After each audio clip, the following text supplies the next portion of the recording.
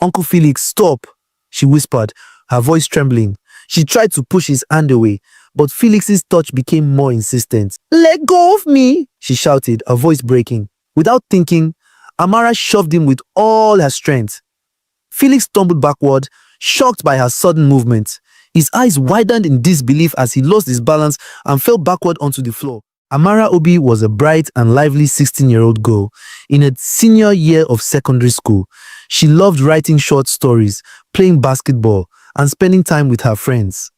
Her teachers often praised her creativity, and her classmates admired her confidence on the basketball court. But most days, Amara came back from school to an empty house. Her parents, Mr. and Mrs. Obi, owned a thriving electronics shop in town. They worked tirelessly to provide for their family and to ensure that Amara had the best education and opportunities possible. The school bus would drop Amara off at home around 3 p.m., but her parents wouldn't return until 7 p.m. or later. It was a routine that Amara had grown used to, but as she grew older, she started to feel the weight of the long hours spent alone. I wish you didn't have to work so much, Amara told her parents one evening after dinner. It's lonely being at home all the time by myself. Mrs. Obi sighed, reaching out to hold her daughter's hand. I know, my dear, but we're doing this for you. We want you to have the best future. I understand, Amara replied, though her voice was tinged with sadness. She missed the days when they used to play board games together or watch movies on the weekends. One evening, as they were locking up the shop, Mrs. Obi turned to her husband. Felix lives next door, and he's always been kind to Amara. Maybe we could ask him to keep an eye on her in the afternoons until we get home, she suggested.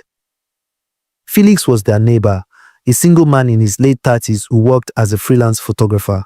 He had always been friendly and polite, often helping with small tasks around the compound. When they brought up the idea with Amara, she hesitated. I don't know. I'm fine on my own, she said. Felix is a good man, her father reassured her. He's like family, and we trust him completely. It's just for a few hours each day.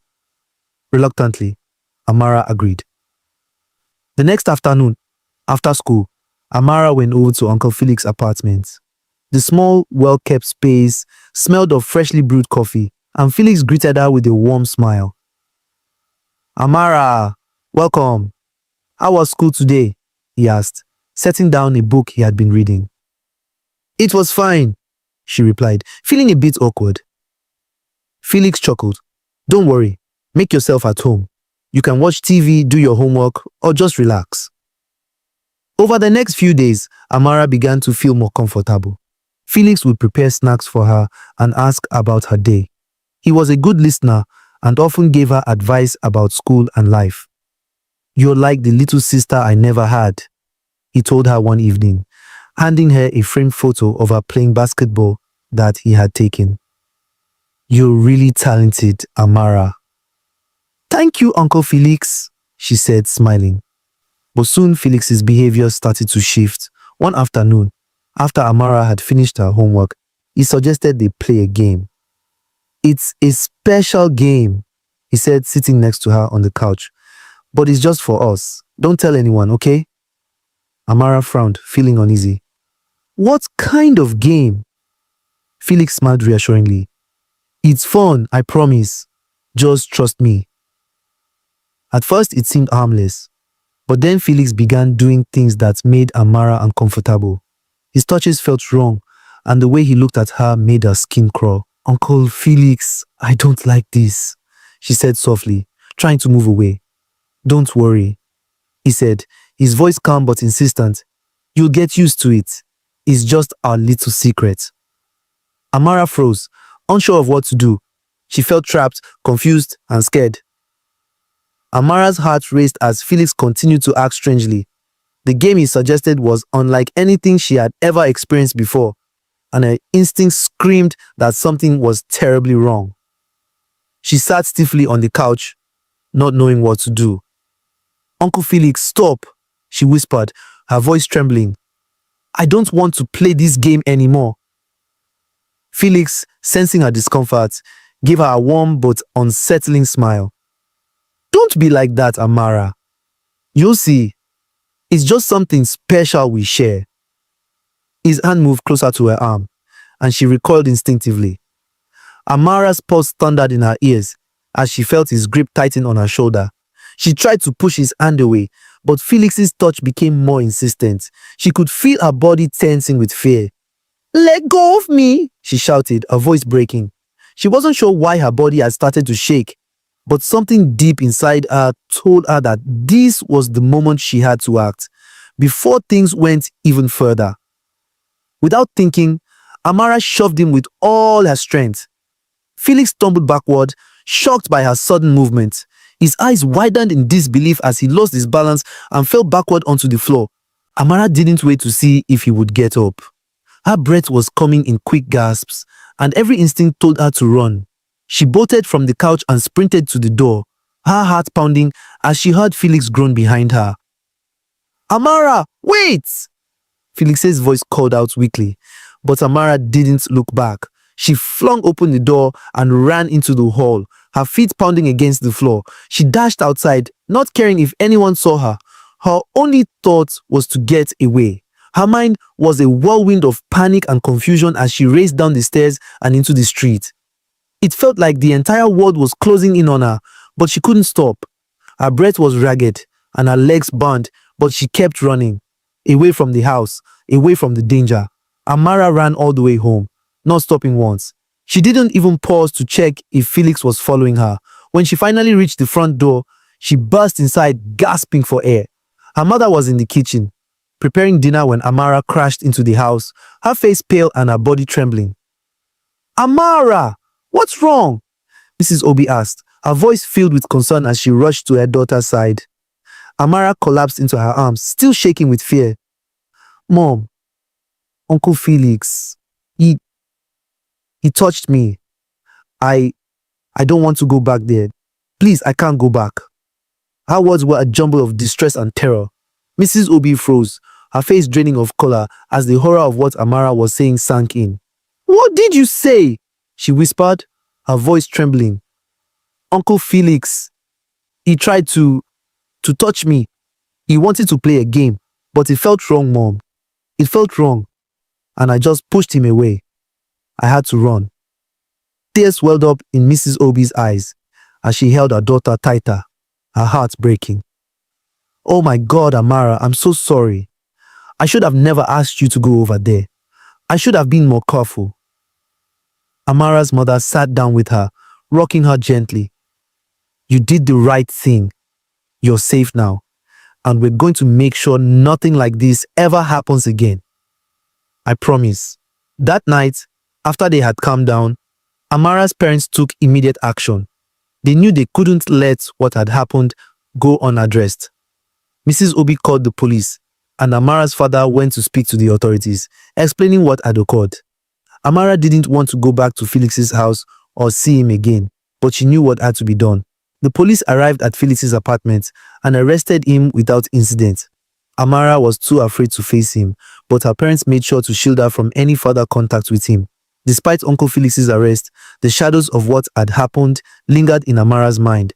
The first few weeks after his arrest were particularly challenging. She struggled with feelings of guilt, confusion, and anger. Sometimes, she questioned if it had been her fault.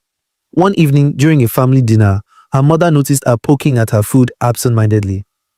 "Amara," her mother said gently, "how are you feeling?" "You've been very quiet." Amara shrugged, not meeting her mother's eyes. "I'm fine," she mumbled, but her father wasn't satisfied with the response. "Amara," he said firmly but kindly, "it's okay to not feel fine. What happened to you wasn't your fault. We're here for you, always." Tears welled up in her eyes. "It's just hard," she whispered. "I keep thinking about it. I feel like I'll never be normal again." Her mother reached across the table, holding her hand. "That's why we want you to talk to your counselor.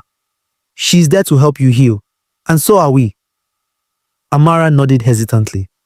The next week, she began attending regular counseling sessions. Her counselor, Mrs. Naker, was warm and patient. She created a safe space where Amara could express her feelings without fear of judgment.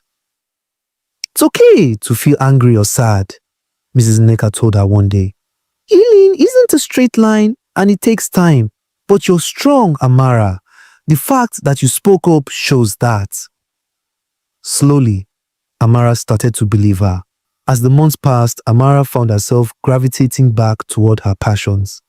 Writing became a form of therapy for her. She poured her emotions into her stories, creating characters who faced challenges and found the courage to overcome them. One day, her English teacher, Mr. A's, noticed her scribbling in her notebook during break.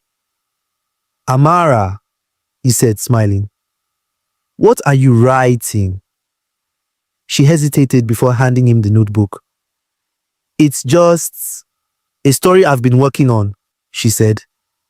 He read a few lines and looked up at her with admiration. This is incredible, Amara. You have a real talent. Have you thought about entering the school's writing competition?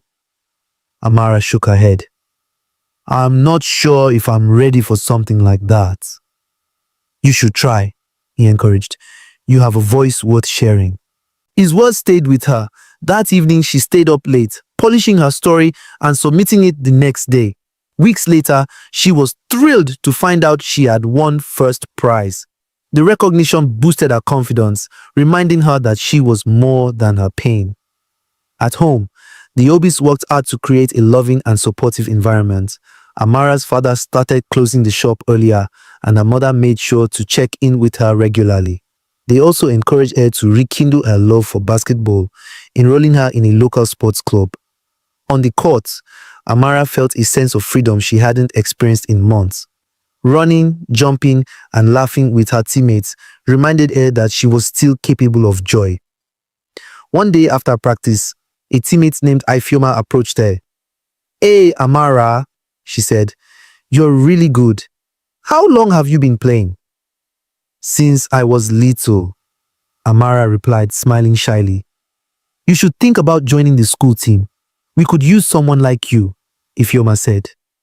Amara hesitated but eventually agreed. Being part of the team gave her a renewed sense of purpose and belonging. Meanwhile, the legal case against Uncle Felix progressed.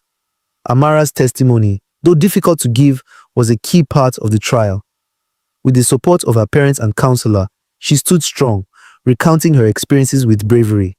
The court found Felix guilty of child abuse, sentencing him to several years in prison. The news brought a mix of emotions, relief, anger, and sadness, but it also marked the beginning of true closure. Looking forward.